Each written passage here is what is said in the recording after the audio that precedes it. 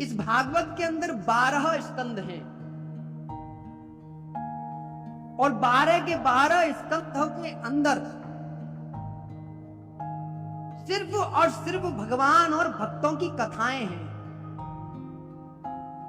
कि किस किस प्रकार से भक्तों ने भगवान को प्राप्त किया और भगवान ने भक्तों के लिए क्या क्या किया।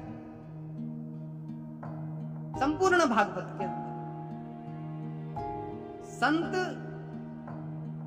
सारे नीचे बैठते हैं और वह सूत नाम के जो छोटे से बालक हैं वह ऊपर बैठते हैं और संसार के भय से जो चीज की मुक्ति हो सके, जो मृत्यु के भय से हमें दूर लेकर के जा सके, जो हमें वीर बनाने का कार्य कर सके, जो हमारे जीवन में वीरता प्रदान कर सके,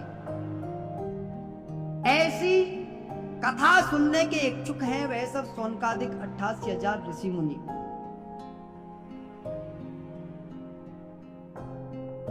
प्रणाम करते हैं। ऐसे इतिहास को आज सूत जी महामुनि सुनाते हैं।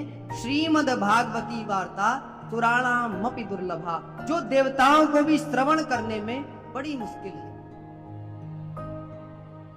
देवताओं को भी दुर्लभ है।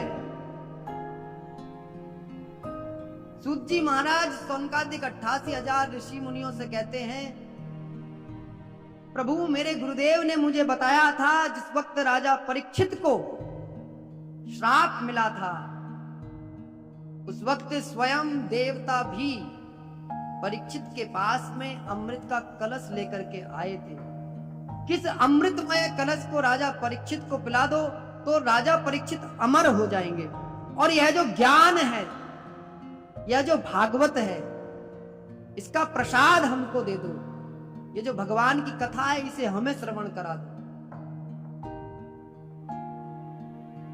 अमृत से भी ज्यादा बड़ा महत्व इस कथा का है, क्योंकि अमृत पीने के बाद में तुम अमर हो सकते हो।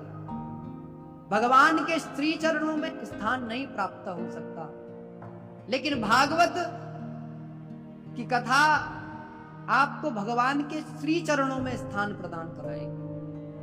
भगवान के श्री चरणों के बाद में यदि तुमने नवदा भक्ति की ओर अपने आप को ले गए तो चरणों को छोड़ करके फिर वो हृदय में आपको विराजित कर देगी। इतना पवित्र यह भागवत सदग्रंथ है।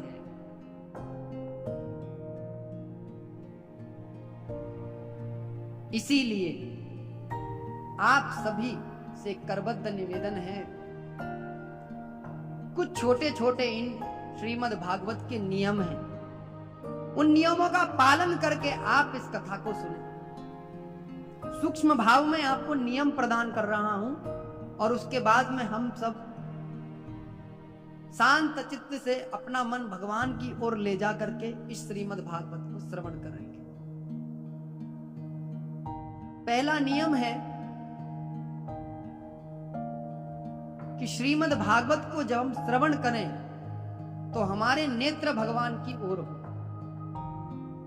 मतलब मेरी तरफ, भगवान की तरफ कमर नहीं होनी चाहिए। दूसरा, आप जब इस कथा को श्रवण करें तो भगवान की तरफ आपके पैर भी नहीं होने चाहिए, आपके पैर भी सब मुड़े हुए होने चाहिए अच्छी तरीके से।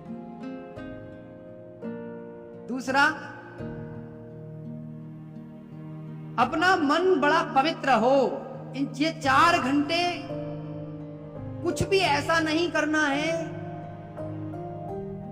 कि आपके द्वारा किसी को कष्ट हो। वैसे मैं ऐसा होने नहीं दूंगा, मैं आपको अपने से दूर नहीं करने दूंगा। मैं जब तक बोलूंगा तब तक आपका ध्यान मेरी ओर रहने ही वाला है।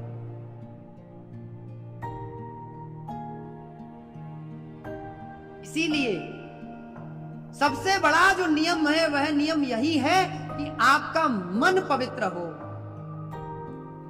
भागवत श्रवण करते करते आपके मन में पवित्रता बने। आनंद के साथ में इस कथा में हम धीरे धीरे अपने आप को प्रवेश कर रहे हैं।